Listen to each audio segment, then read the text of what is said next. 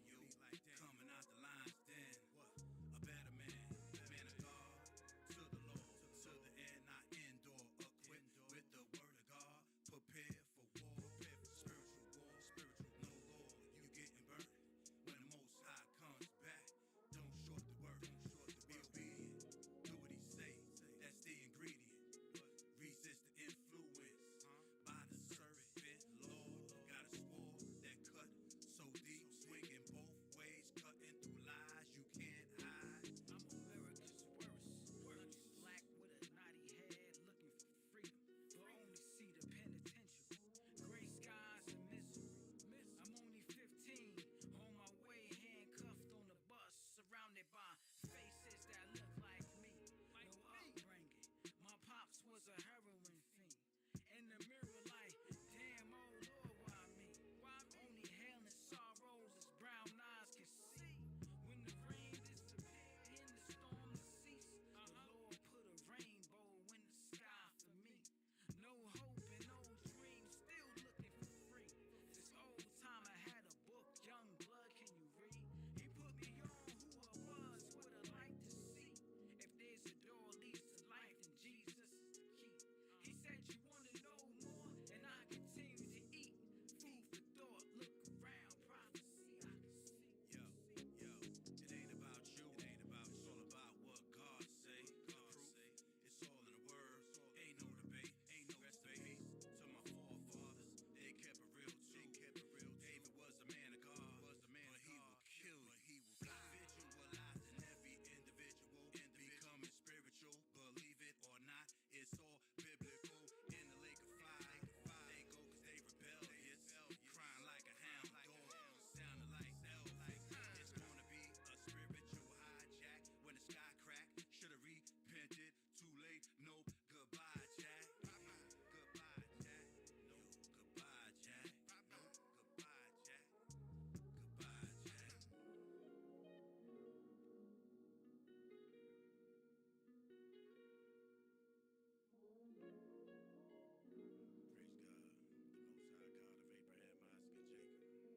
of Abraham, Isaac, and Jacob.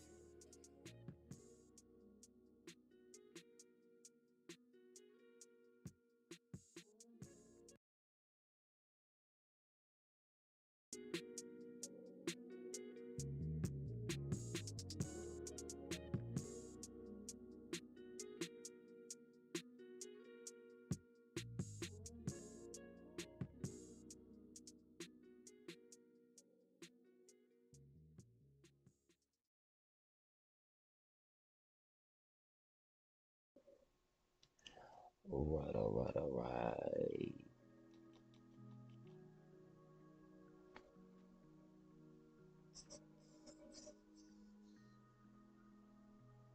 Get that new music on. Hold up.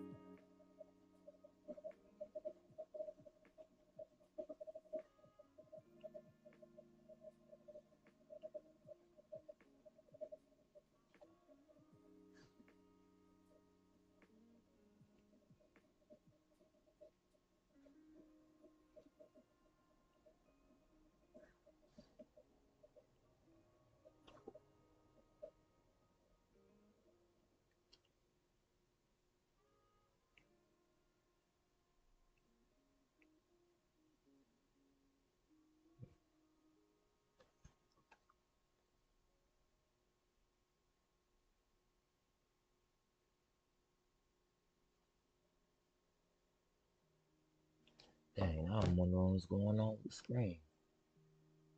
Huh. Dang, give me 1 second, y'all. Give me 1 second.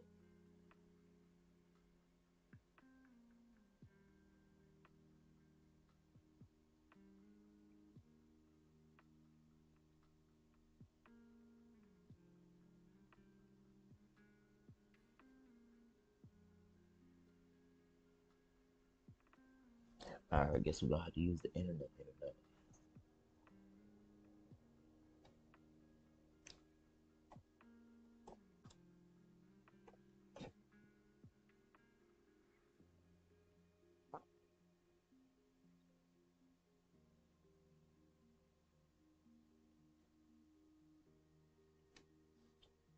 Alright, but let me just hit record and we should be good to go.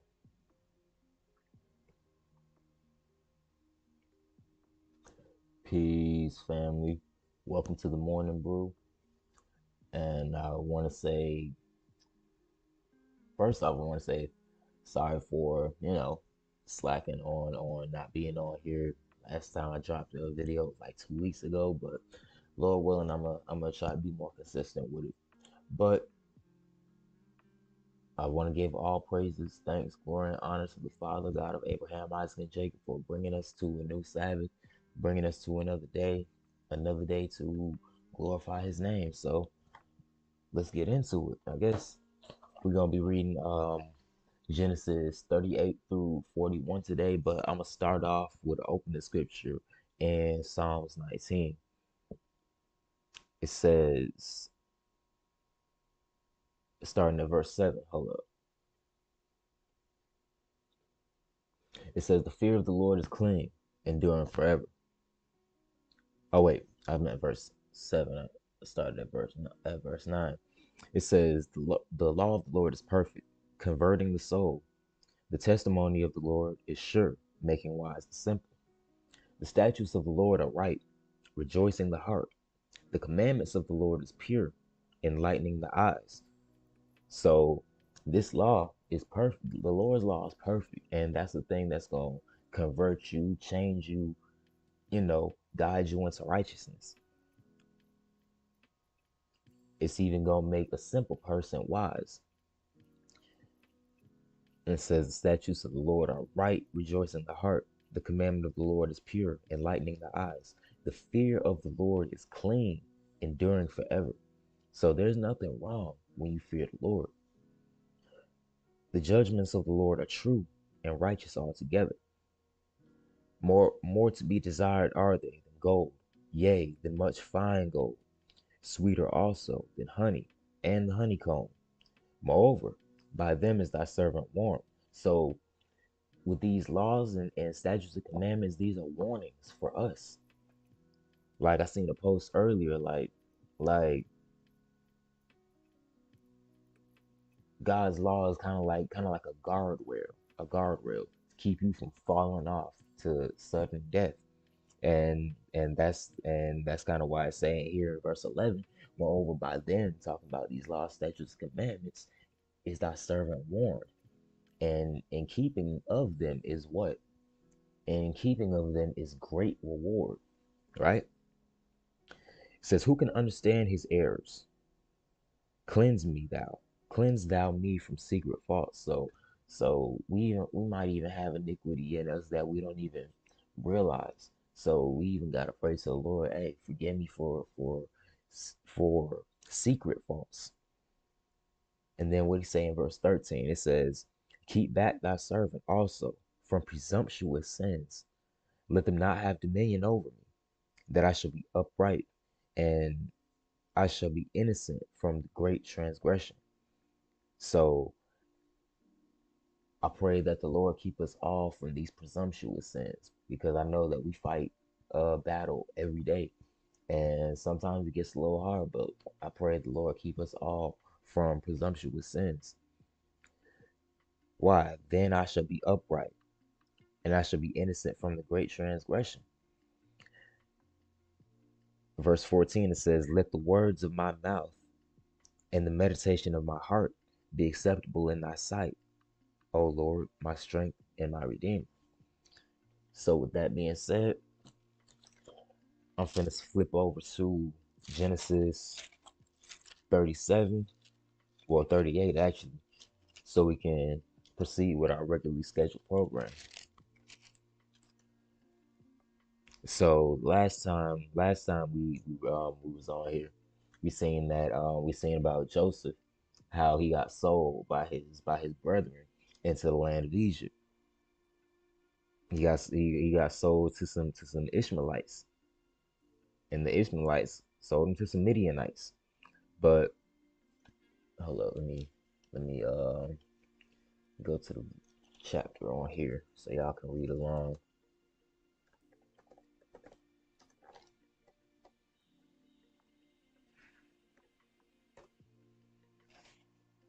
All right, so Genesis 38, and we're gonna start off at verse 1. It says, and it came to pass at that time that Judah went down from his brethren and turned into a certain Adulamite, whose name was Hira. And Judah saw there a daughter of a certain Canaanite, whose name was Shua, and he took her and went in unto her, and she conceived and bare a son, and he called his name And she conceived again and bare a son, and she called his name Onan. She yet again conceived and bare a son, and called his name Shelah. And he was at Chezib when she bare him. And Judah took a wife for his firstborn, whose name was Tamar. And Judah's firstborn, was wicked in the sight of the Lord, and the Lord slew him. So, dang, we see what happens when you do wicked in the sight of the Lord. Like when you do evil in the sight of the Lord, that gives the Lord ground to slay you right then and there, you know. But thankfully, we got the blood of Christ though. But let's keep going. Verse 8. It says, and Judah said unto Onan, go in unto thy brother's wife and marry her and raise up seed to thy brother. So Judah is asking Onan because what's his name? Because was killed by the Lord. Hey, uh go into, marry your sister-in-law and raise up seed to her, you know, to your brother for the most part. Like hold on, let me flip over to Deuteronomy.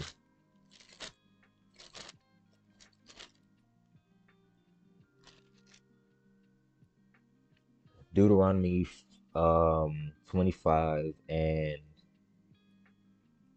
7. It says, and if the man like not to take his brother's wife, well, hold up, let me start a little higher real quick. Okay, it says, starting at verse 5, if brethren dwell together, and one of them die and have no child, the wife of the dead shall not marry without unto a stranger. Her husband's brother shall go in unto her, and take her to him to wife, and perform the duty of an husband's brother unto her. And it shall be that the firstborn which she beareth shall succeed in the name of his brother which is dead, that his name be not put out of Israel. So if a brother dies without having kids, then the brother of this brother is supposed to take the brother's wife, and the firstborn child that they have is gonna pretty much carry on the name of the brother that's already deceased, right? And it says, and if the man like not to take his brother's wife, then let his brother's wife go up to the gate unto the elders and say, my husband's brother refuseth to raise up his brother a name in Israel. He will not perform the duty of my husband's brother. Then the elders of the city shall call him and speak unto him. And if he stand to it and say, I like not to take her, then shall his brother's wife come in unto him in the presence of the elders, and loose his shoe from off his foot, and spit in his face, and shall answer and say, so shall it be done unto that man who will not build up his brother's house. So it's a shame to when you don't want to raise up a child to your deceased brother. So that's why when going back to Genesis 38, when died, Judah's asking his other son Onan, hey, and take Tamar and raise up seed for right? So verse 8 again. It says, and Judah said unto Onan, go in unto thy brother's wife and marry her, and raise up seed to thy brother.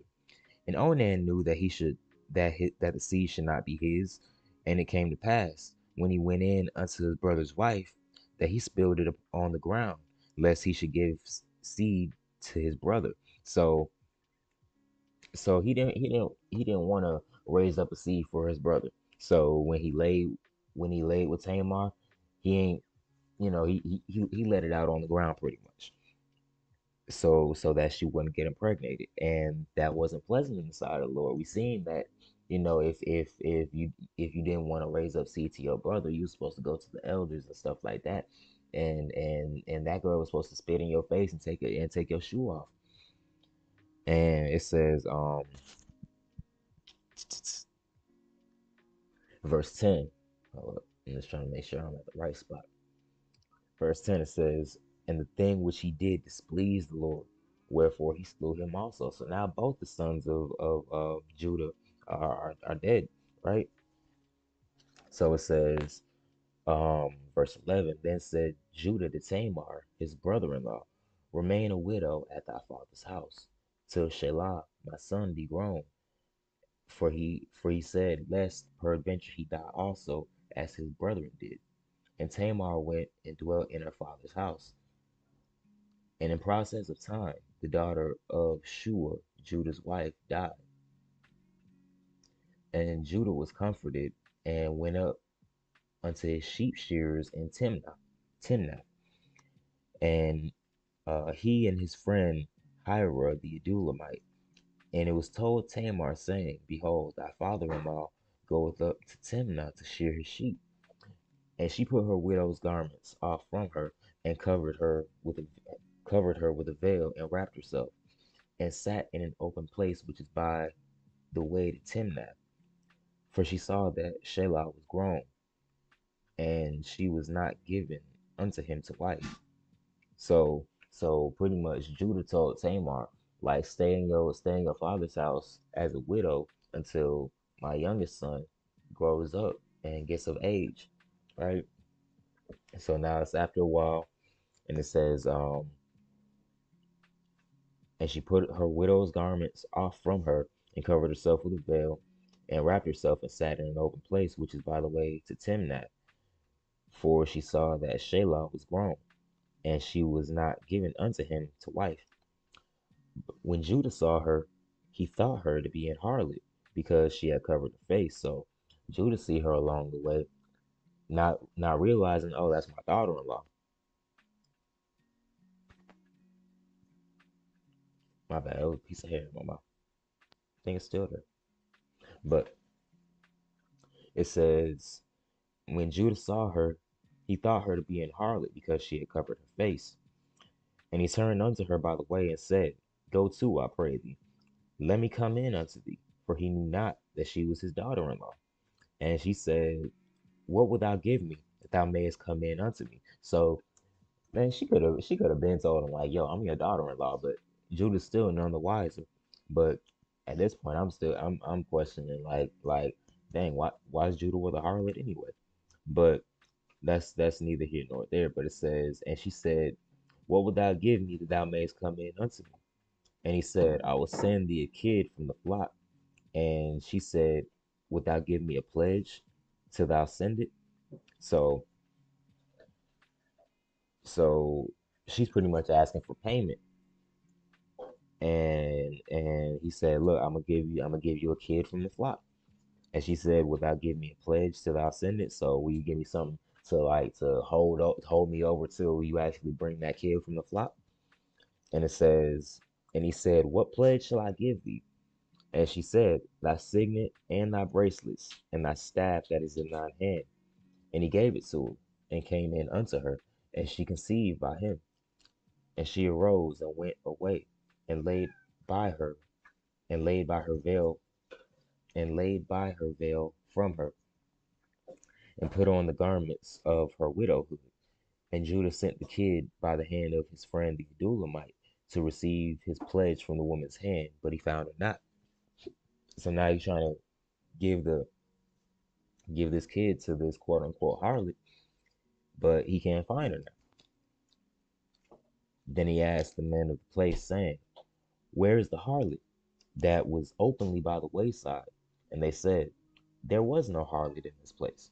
So he looking like, hey, where was that harlot? And everybody else is like, what harlot? We ain't seen no harlot. And Judah said, let her take it to her, lest we be shamed. Behold, I sent this kid, and thou hast not found her. Hold on, let me scroll down. So,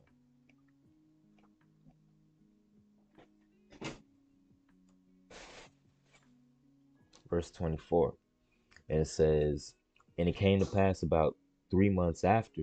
So it still took a while, 3 months technically, that it was told Judah, saying, Tamar thy daughter-in-law hath played the harlot. Also, behold, she is with child by whoredom. And Judah said, bring her forth and let her be burnt. So it took him 3 months to figure out who she was, and once he did, the punishment was she had to be burnt because she was out here being a whore and had a child by whoredom. So he said, bring her forth and let her be burnt. When she was brought forth, she said to her father-in-law, saying, by the man whose these are, am I with child? And she said, discern, I pray thee, whose are these, the signet, the bracelets, and staff? And Judah acknowledged them and said, she hath been more righteous than I, because I gave her not to Shelah my son, and he knew her again no more. So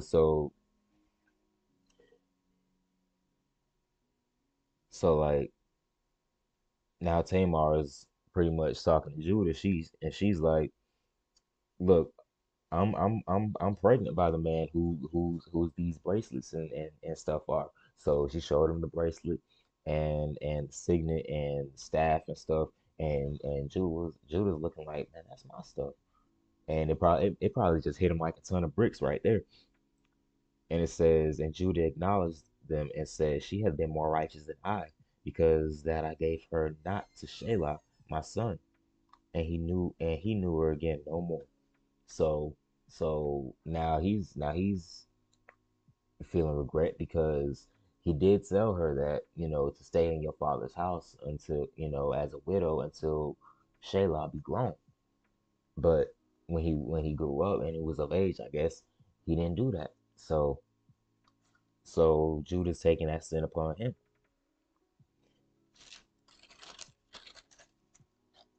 In verse 27 it says, and it came to pass in the time of her travail that behold, twins were in her womb. And it came to pass when she travailed that the one took out his hand, and the midwife took and bound upon his hand a scarlet thread, saying, this came out first. And it came to pass that he drew back his hand, and behold, oh wait, oh look, verse 29. It says, and it came to pass as he drew back his hand, that behold, his brother came out and said, how is thou broke? And she said, how is thou broken forth? This breach be upon thee. Therefore his name was called Pharez. And afterward came out his brother that had the scarlet thread on upon his hand, and his name was called Zerah. Let's keep going in the 39.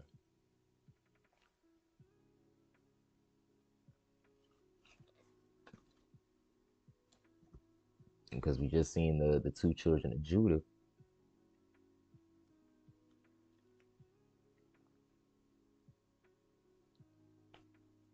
So now we're about to read about Joseph. So 39 in verse 1 it says, and Joseph was brought down to Egypt, and Potiphar. Oh wait, hold on, let me start that over. It says, and Joseph was brought down to Egypt, and Potiphar, an officer of Pharaoh, captain of the guard, an Egyptian, brought him of the hands of the Ishmaelites, which had brought him down thither. And the Lord was with Joseph, and he was a prosperous man, and he was in the house of his master the Egyptian. And his master saw that the Lord was with him, and that the Lord made all that he did to prosper in his hand. And Joseph found grace in his sight, and served him.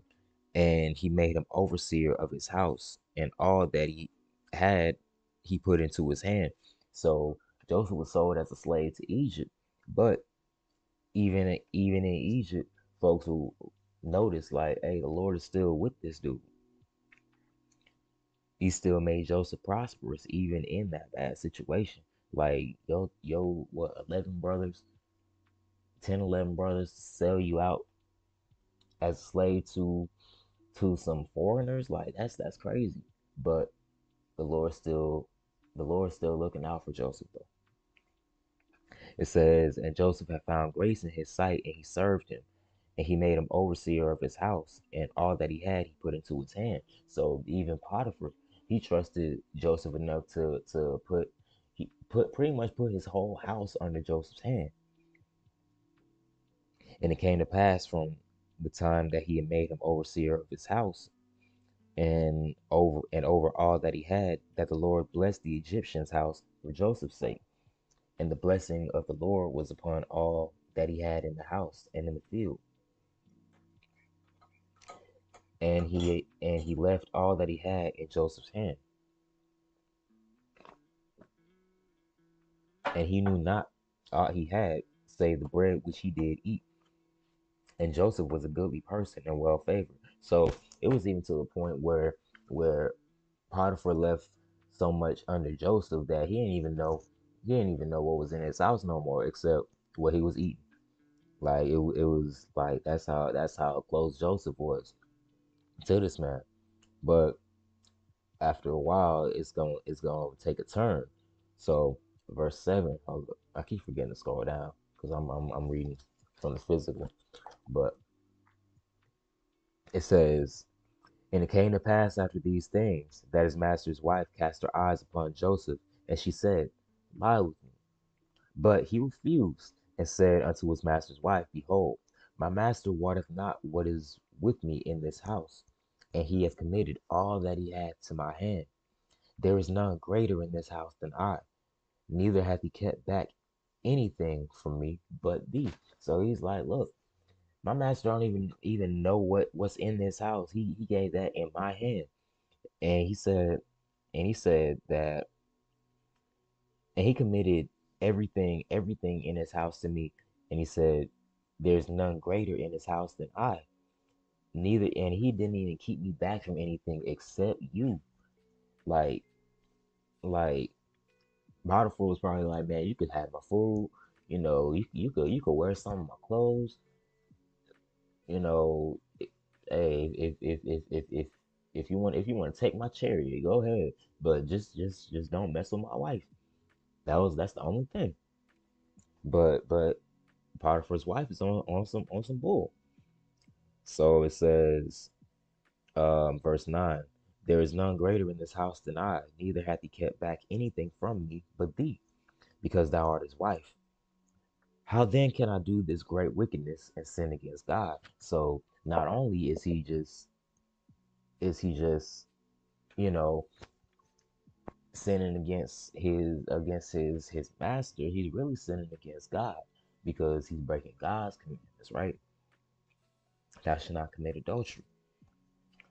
And it says, and it came to pass, verse 10, and it came to pass, as she spake to Joseph day by day, he hearkened not unto her to lie with her or to be with her. So she coming daily, hounding this man. And Joseph still trying not to pay her no attention. Verse 11, and it came to pass about this time, that Joseph went into the house to do his business, and there was none of the men of the house there within. And she called him by his garment, saying, lie with me. And he left his garment in her hand and fled and got him out. And it came to pass when she saw that he had left his garment in her hand and was fled forth, that she called unto the men of her house and spake unto them, saying, see, he hath brought in Hebrew unto us to mock us. He came in unto me to lie with me, and I cried with a loud voice. And it came to pass, when he heard that I lifted up my voice and cried, that he left his garment with me and fled and got him out. And she laid up his garment by her until his Lord came home. And she spake unto him according to these words, saying, the Hebrew servant which thou hast brought unto us came in unto me to mock me. So now she's spinning a whole lie against Joseph. Joseph's still trying to maintain his integrity toward God, but she got lust for Joseph. She's covetous towards Joseph, right? So man, those are things that's gonna make you sin even more. Like that covetousness is gonna lead to either what? Stealing, what? Lying. Because we see that here. Like she lying because she coveting over Joseph when she already got a husband, Potiphar, right? But it says, and it came to pass when she saw that he had left his garment in her hand and was fled forth, because like it's like she probably like grabbed his shirt and he ran, but a piece of his shirt or something stayed with her. So she's using that as quote unquote evidence, like oh, he came in to defile me, but we clearly see that he left, he ran. But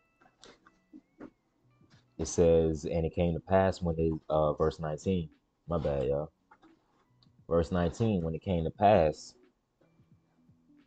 when his master heard the words of his wife, which she spake unto him, saying, after this manner did thy servant to me, that his wrath was kindled. And Joseph's master took him and put him into the prison, a place where the king's prisoners were bound, and he was there in the prison. So now he's going from second in command in Potiphar's house to now being locked up, all over a false accusation. Because this man's still trying to be righteous, but Potiphar's wife was on that BS. But it says in verse 21, but the Lord was with Joseph. So even in jail, the Lord is still with Joseph. So it's like no matter how bleak your situation may look, you may be at home one day, you might be in jail the next day. The Lord's still with us. And it says, but the Lord was with Joseph and showed him mercy and gave him favor in the sight of the keeper of the prison. So it's like, yeah, Joseph's in a bad situation, but he's still like the Lord's still influencing the hearts of the men that control the prison. Like he said, he gave him favor in the sight of the keeper of the prison. So it's like I'm thinking about it like, you know, it might be like a warden, and that might be his favorite prisoner or something like that. And it says, and the keeper of the prison committed to Joseph's hand all the prisoners that were in the prison. So even the warden, he gave Joseph power in the prison too. And whatsoever they did there, he was the doer of it. And the keeper of the prison looked not to anything that was under his hand, because the Lord was with him, and that which he did, the Lord made it to prosper. And it's like it seemed like Joseph had this integrity about him, because it's like everyone that he was under, it seemed like they didn't have to worry about Joseph. They knew if Joseph was on the scene, stuff was gonna get done, right? It said, and the keeper of the prison looked not to anything that was under his hand. So the keeper of the prison ain't even had to second like double check behind what Joseph was doing, because again, Joseph just had that integrity on him.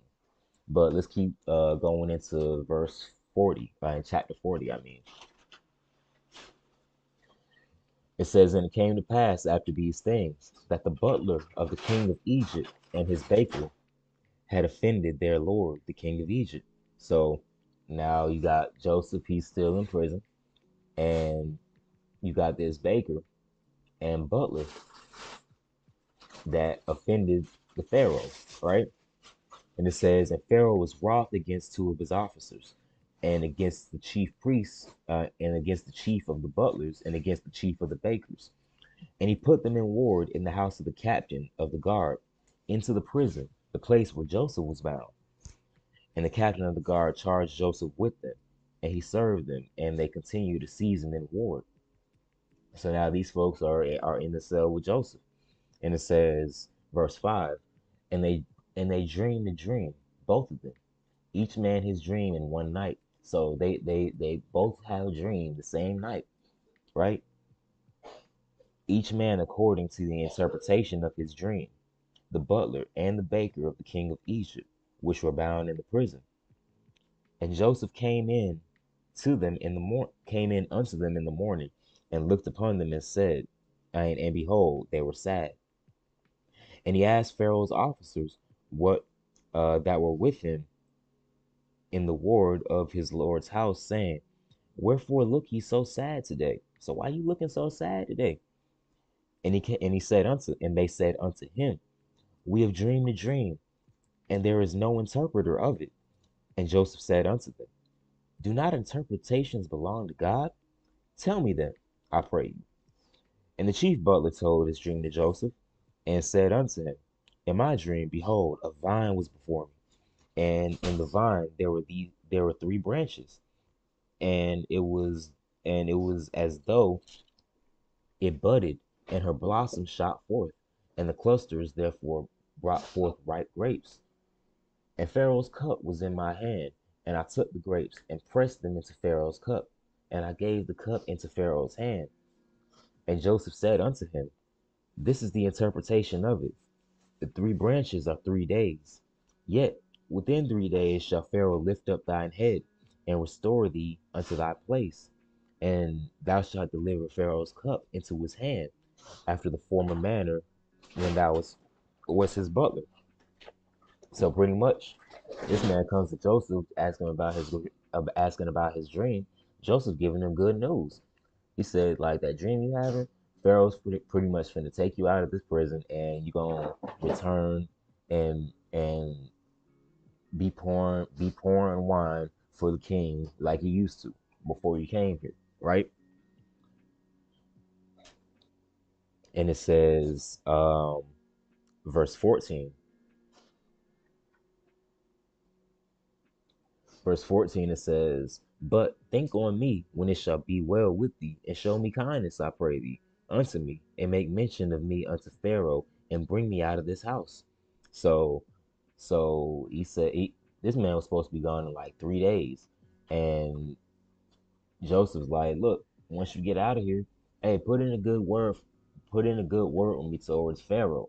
Don't forget about me. I'm still sitting up in here. And verse 15, it says, for indeed I was stolen away out of the land of the Hebrews, and here also have I done nothing that they should put me into the dungeon. When the chief baker saw that the interpretation was good, he said unto Joseph, I also was in my dream, and behold, I had three white baskets on my head, and in the uppermost basket there was of all manner of baked meats for Pharaoh, and the birds did eat them out of the basket upon mine head. And Joseph answered and said, this is the interpretation thereof. The three baskets are 3 days. Yet within 3 days shall Pharaoh lift up thy head from off thee, and shall hang thee on a tree, and the birds shall eat thy flesh from off thee. So this man, his situation does not seem well. This man's gonna die in 3 days. And it says, and it came to pass, verse 20, my bad. And it came to pass the third day, which was Pharaoh's birthday, that he made a feast unto all his servants, and he lifted up the head of the chief butler and of the chief baker among his servants. And he restored the chief butler unto his butlership again, and he gave the cup into Pharaoh's hand.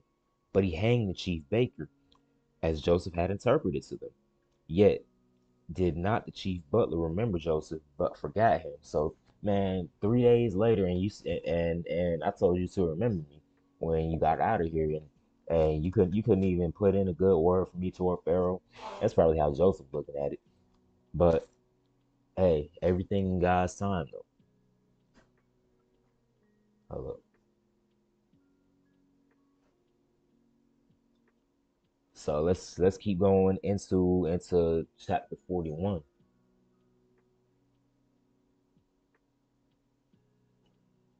Chapter 41, and it says, and it came to pass at the end of 2 full years. So, uh, and it came to pass at the end of 2 full years that Pharaoh dreamed, and behold, he stood by the river. So, from 3 days to 2 years, this man is still in prison. But it says, and it came to pass at the end of 2 full years that Pharaoh dreamed, and behold, he stood by the river. And behold, there came up out the river 7 well-favored kine, and fat-fleshed, and they fed in a meadow. And behold, 7 other kine came up after them out of the river, ill-favored and lean-fleshed, and stood by the other kine upon the brink of the river. And the ill-favored kine and the lean-fleshed kine did eat up the 7 well-favored kine and fat kine. So Pharaoh awoke. So he's saying he's Pharaoh's pretty much having this dream, and he sees 7 cows, 7 fat, good-looking cows, right? And then after that, he sees 7 more cows come up, and these cows are skinny. They look deathly ill, you know. And it says, and they all standing by the river, but the skinny cows, the ill-favored and lean flesh, did eat up the 7 well-favored and fat kind. So Pharaoh awoke, and he slept and dreamed the second time, and behold, 7 ears of corn came up upon one stalk, rank and good. And behold, 7 thin ears and behold, 7 thin ears and blasted with the east wind sprung up after them. And the 7 thin ears devoured the 7 rank and full ears. And Pharaoh awoke, and behold, it was a dream. And it came to pass in the morning that his spirit was troubled, and he sent and called for all the magicians of Egypt, and all the wise men thereof. And Pharaoh told them his dream, but there was none that could interpret the dream under Pharaoh. So now Pharaoh's calling up all the wise men, trying to ask him, like, yo, can you interpret this dream? Can you interpret this dream? He probably had some palm readers. He probably went to the astrologist and all of that, but they couldn't do nothing, right? And verse 19, it says, then spake the chief butler unto Pharaoh, saying, I do remember my faults this day. So, oh, now you want to say something, chief butler. 2 whole years later, now you want to say something. But hey, like I said, it's all in God's time. So it says, then the chief butler spake on then spake the chief butler unto Pharaoh, saying, I do remember my faults this day. Pharaoh was wroth with his servants, and put me in ward in the captain of the guard's house, both me and the chief butler. And we dreamed a dream in one night, I and he. And we dreamed each man according to the interpretation of his dream. And there was there with us a young man, an Hebrew, servant to the captain of the guard. And we told him, and he interpreted to us our dreams. To each man according to his dream did he interpret. And it came to pass, as he interpreted to us, so it was. Me, he restored unto mine office, and him he hanged. So now this chief butler, he's trying to tell Pharaoh, like, yo, so it was like a couple years ago, he put me in prison, but it was a dude in there with us, a Hebrew, and we had a dream one night, and we asked him, and he gave us the interpretation, and it happened just like that.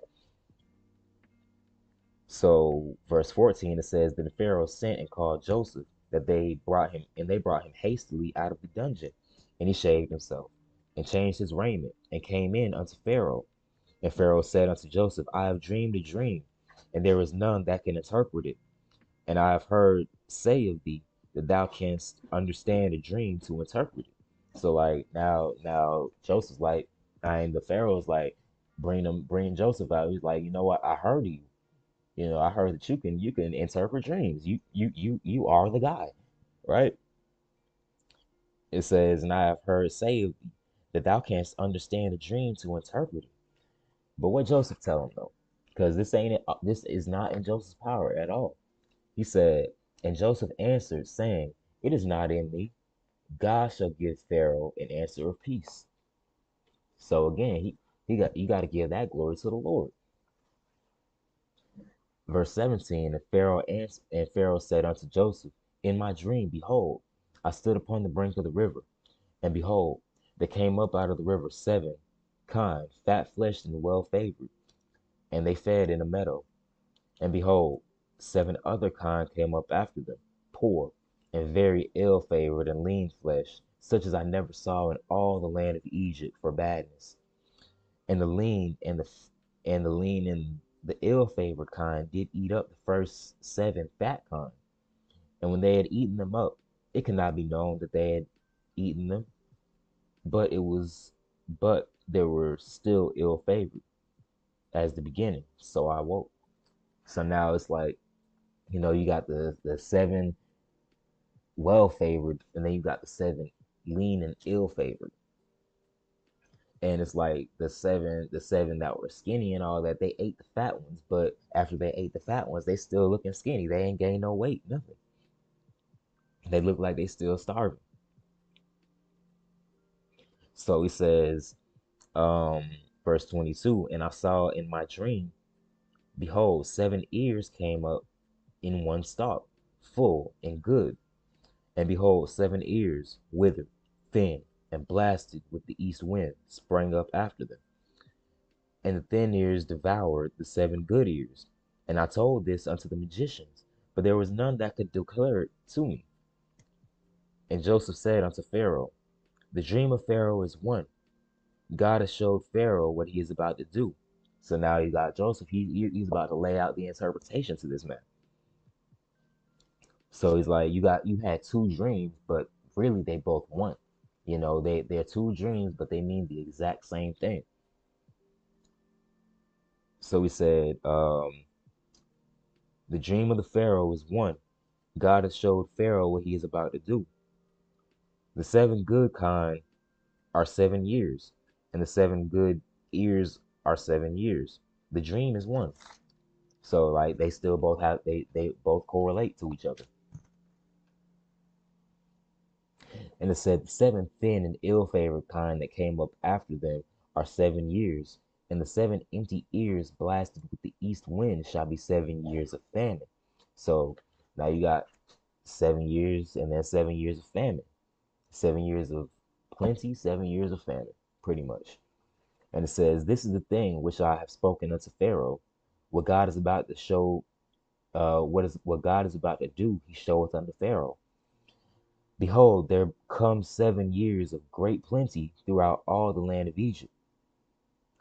And there shall arise after them 7 years of famine, and all the plenty shall be forgotten in the land of Egypt, and the famine shall consume the land, and the plenty shall not be known in the land by reason of that famine following. So it's like, look, it's gonna be 7 years of great abundance in this land, but then after that, it's gonna be 7 years of famine to the point like ain't nobody even gonna remember these 7 years of plenty, because that's how bad the famine's gonna get.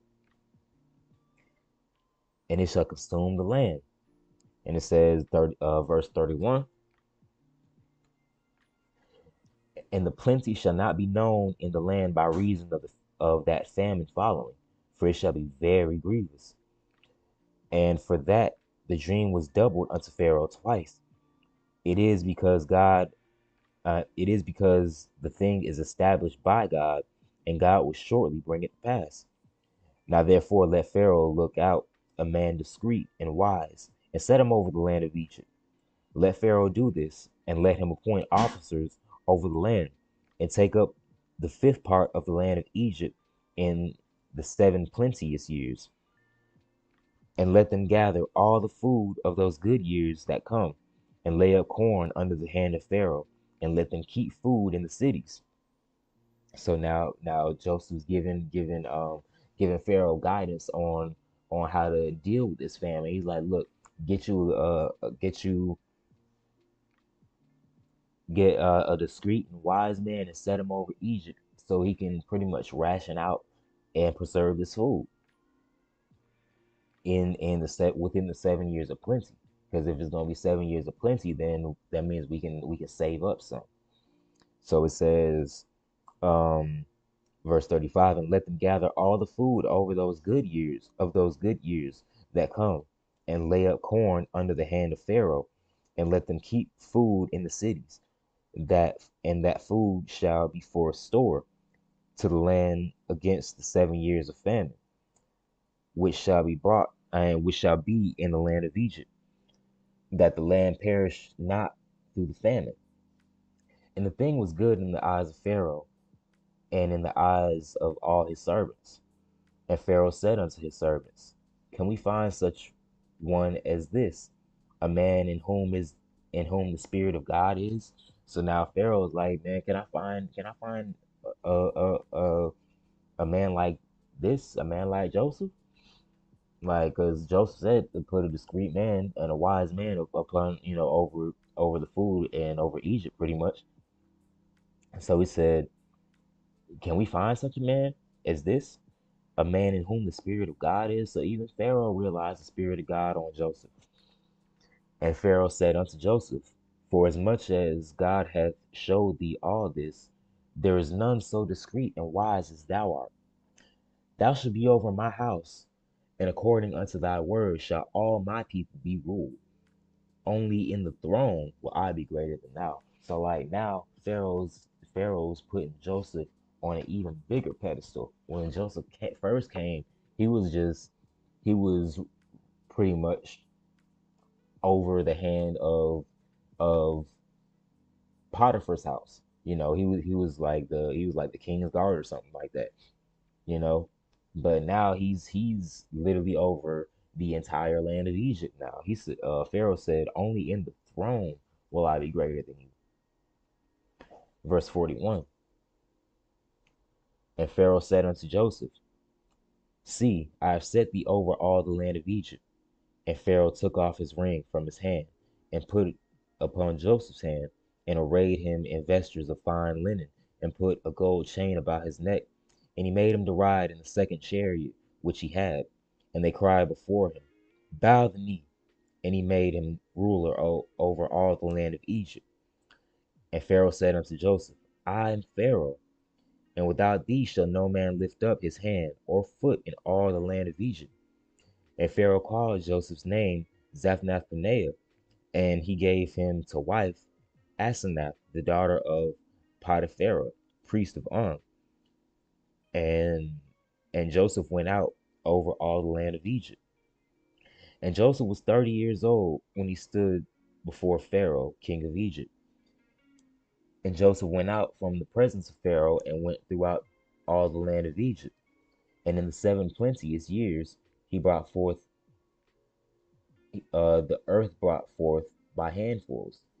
And he gathered up all the food of the 7 years which were in the land of Egypt, and laid up the food in the cities, and the food in the field.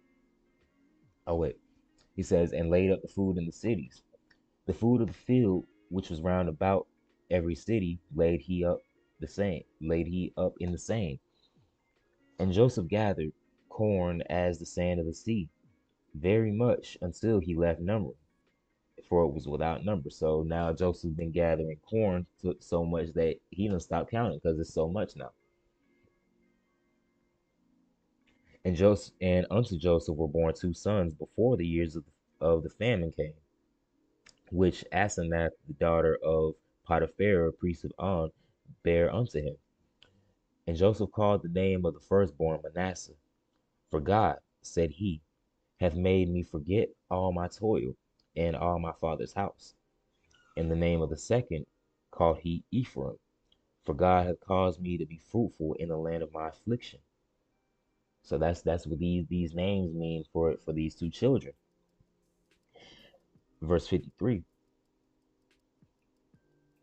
it says, "In the 7 years of plenteousness that was in the land of Egypt were ended, and the 7 years of dearth began to come, according as Joseph had said.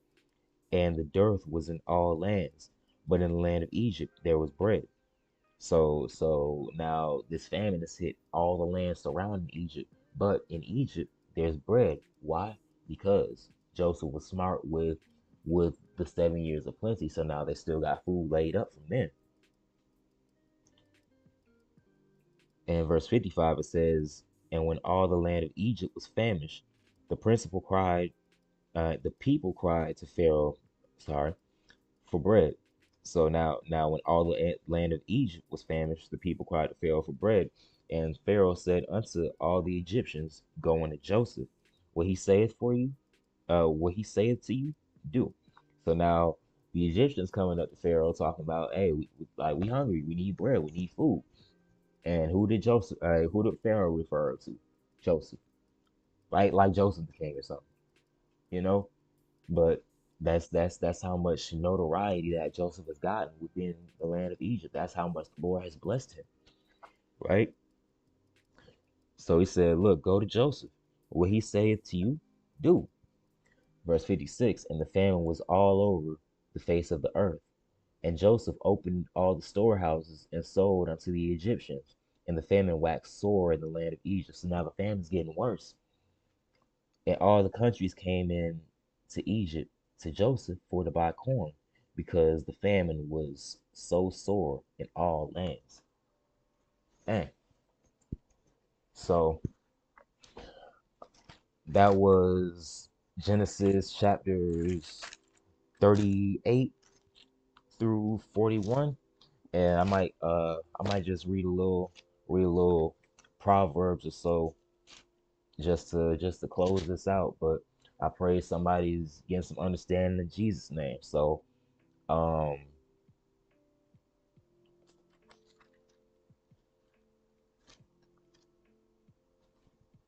you know what? I'm going to go to Ecclesiastes instead.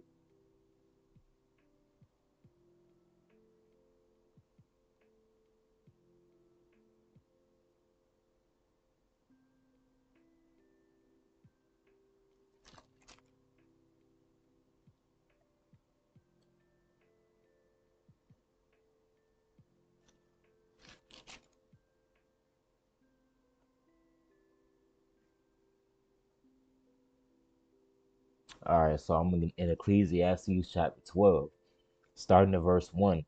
It says, "Remember now thy Creator in the days of thy youth, while the evil days come not, nor the years draw nigh, when thou shalt say, I have no pleasure in them."